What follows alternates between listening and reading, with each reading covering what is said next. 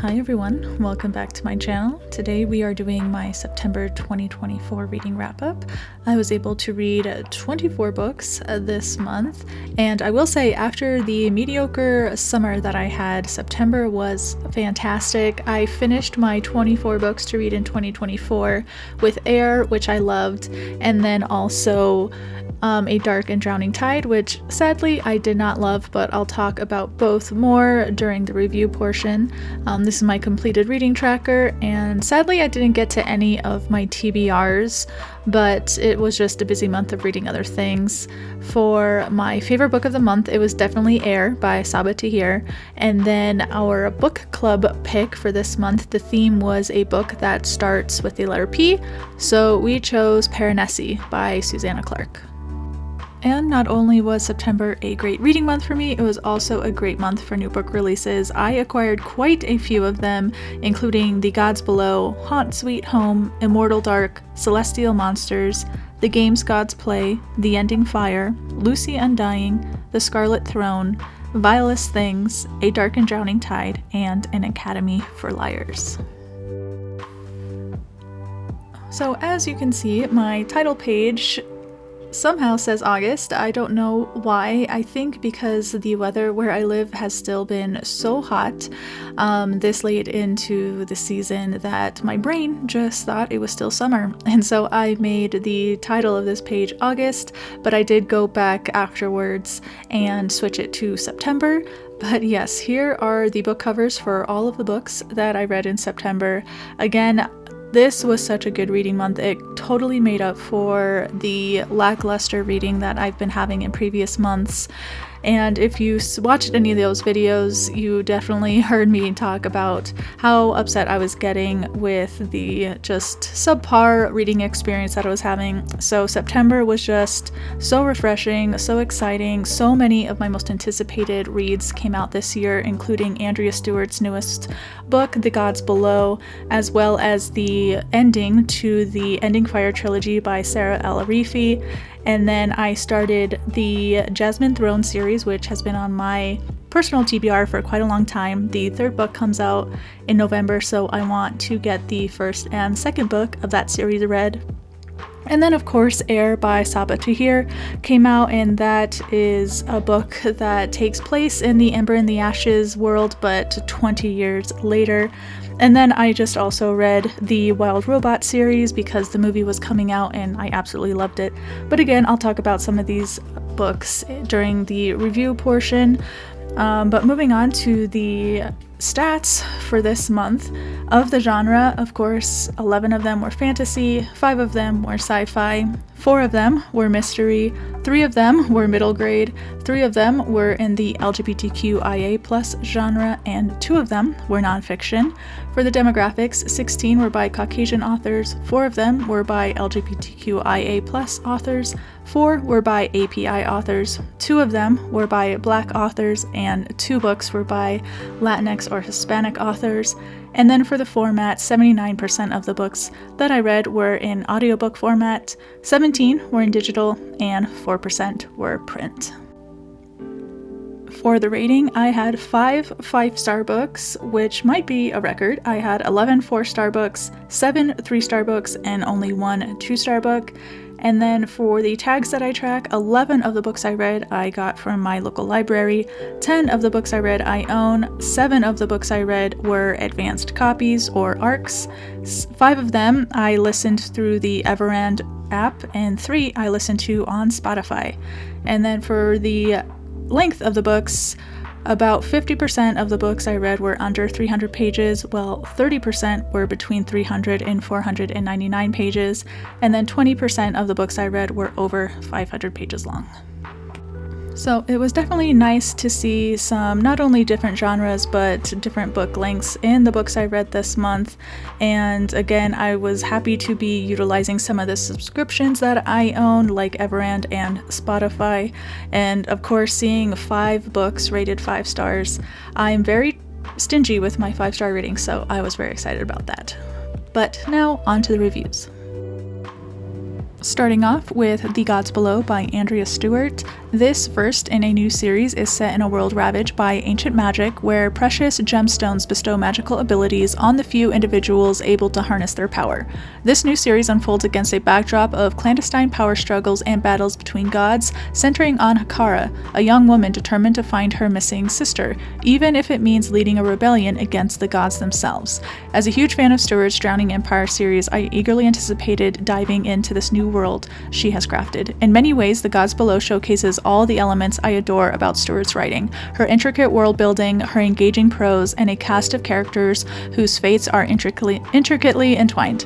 The tension of waiting for these characters' paths to converge is one of the book's delights. My only real qualm was the lack of variety between the characters' motivations. For me, all 5 characters with a point of view were doing things for all the same reason: to save someone they love. It did get a bit monotonous, but I still enjoyed reading this and gave it 4 stars. Then we have Haunt Sweet Home by Sarah Pinsker. This is a unique blend of horror and self-discovery set against the backdrop of a ghost-haunting home makeover reality TV show.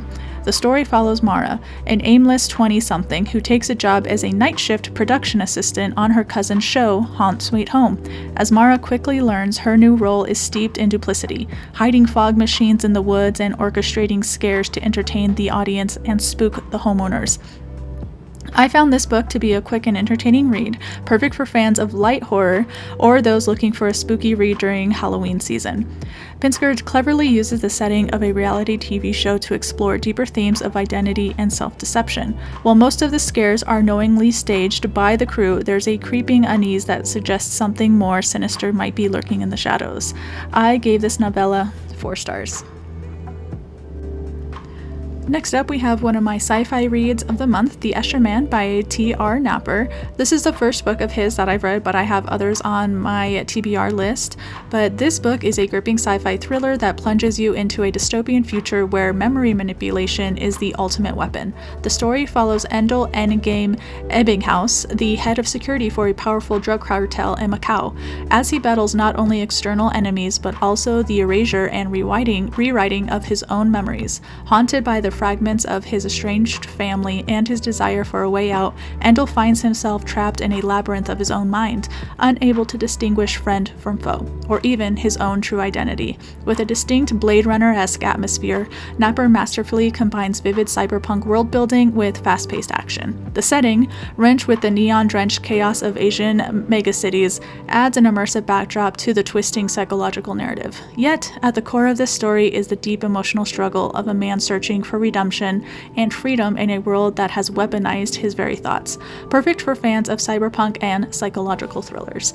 I gave it 4 stars. Then we have The Ending Fire by Sarah El-Arifi. As the grand finale to Arifi's The Ending Fire trilogy, this book delivers a bittersweet conclusion to one of my favorite series. The Warden's empire is crumbling, rebellion brews under the Truthsayer's army, and long-awaited battles loom on the horizon. Sila, Hafsah, and Jand are thrust into their respective roles, navigating politics, war, and matters of the heart, while Anor's role with the Zalam becomes increasingly complicated. El-Arifi's world-building and intricate storytelling are as strong as ever, immersing readers in the vividly complex universe she has crafted. However, I was somewhat disappointed with the direction Sila and Anor's characters' arcs took. Much of their development seemed to stall, with their chapters becoming overly focused on their love for each other, to the detriment of the stakes at hand. On the other hand, Hafsah and John stood out as the saving graces of this book. Their character growth felt richly rewarding. While The Ending Fire didn't quite live up to the high expectations set by the first 2 books, it was still a mostly satisfying conclusion to the series. I gave this book 4 stars.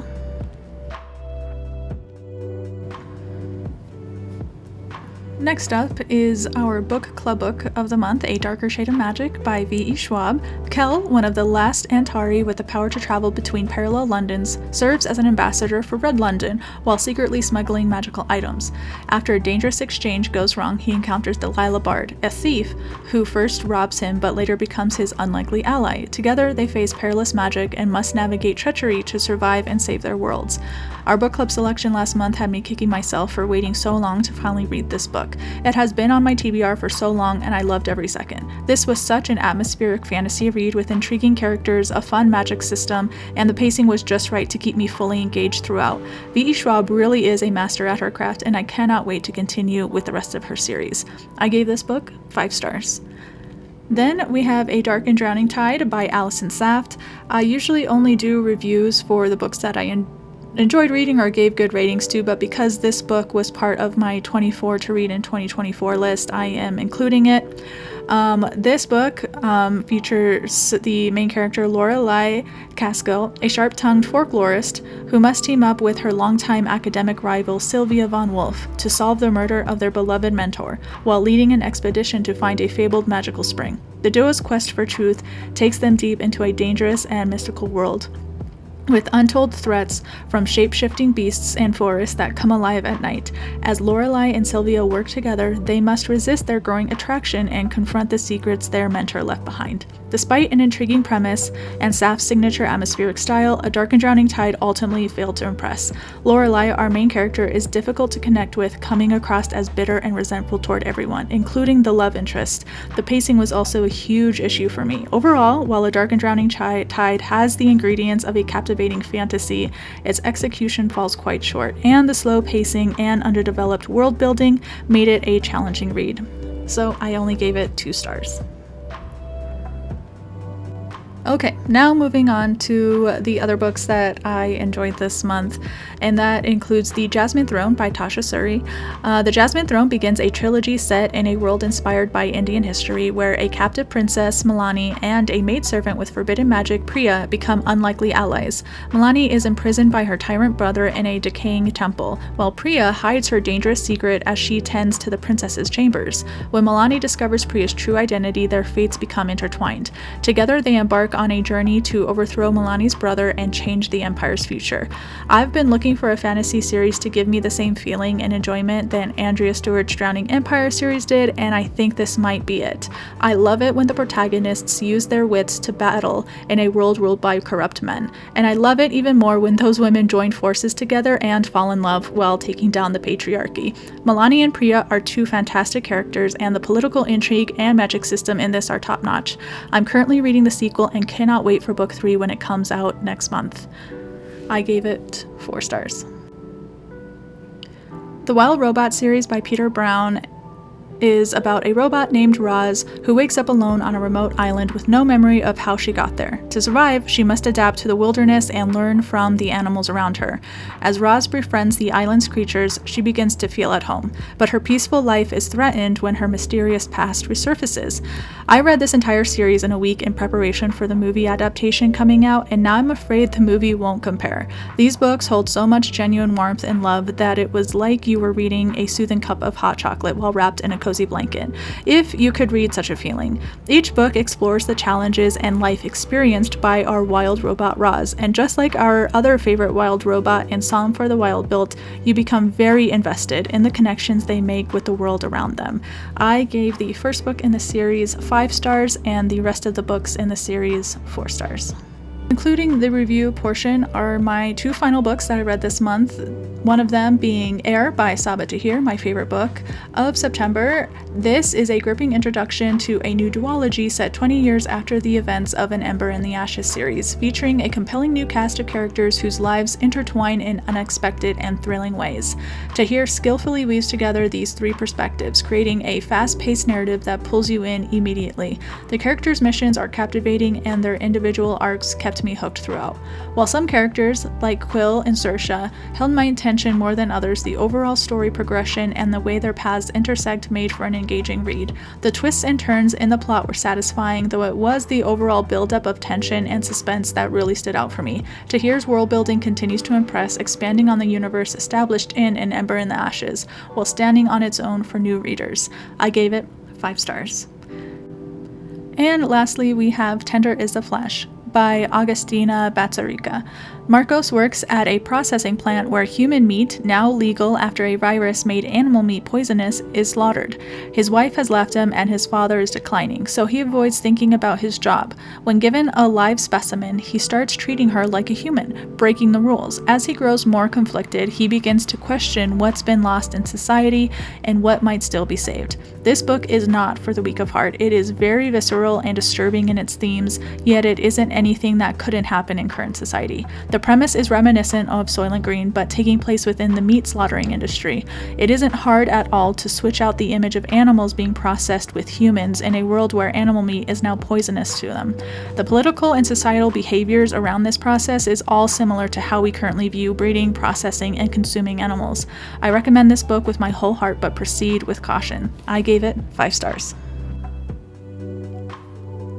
So if you saw my January reading wrap-up, you would have seen me review a book called Beaches, Bungalows, and Burglaries by Tanya Kappas, and this is the first book in a cozy mystery series that I read, and total to this day there are 37 books, and I listened to all of them on audiobook, and so I kind of made it its own little reading challenge this year to read one of these books every week throughout the year, and I just this month finished reading the entire series. So I thought I would display all of the cover pages for the books, and to be honest, seeing the covers are what drew me into this series. Each one has a cute little depiction of camping or RVing or any sort of combination of the two, and the titles like Beaches, Bungalows, and Burglaries, or even Valleys, Vehicles, and Victims.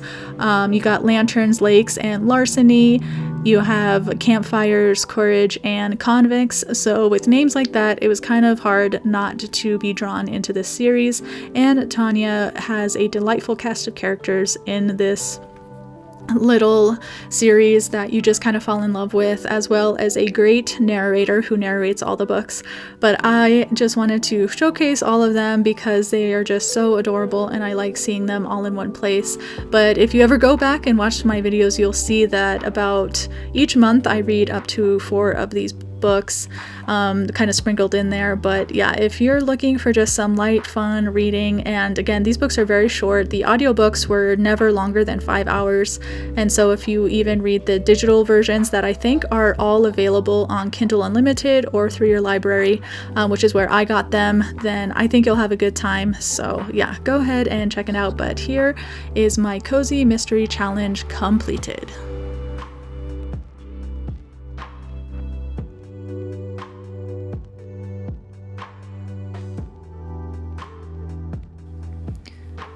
Here is my final wrap-up for September 2024.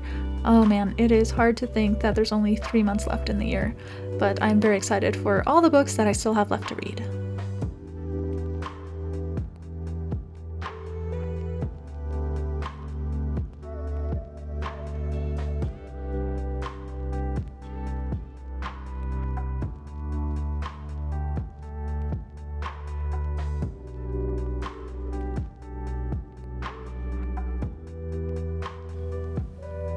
As always, thank you for joining me today. I appreciate any love you want to give by hitting that like button or subscribing to my channel, that way you don't miss any. I do have a couple videos coming up. I got delayed a bit. If you watched my last video and heard me talking about some reading journals that I'm going to review, the first one will be up in a couple weeks, so be on the lookout for that. But I received some book journals over these past few weeks, so I'm going to review each one and let you know what I think about them, and maybe even one of them will become my reading journal for 2025. But again, thanks for joining and happy reading, everyone.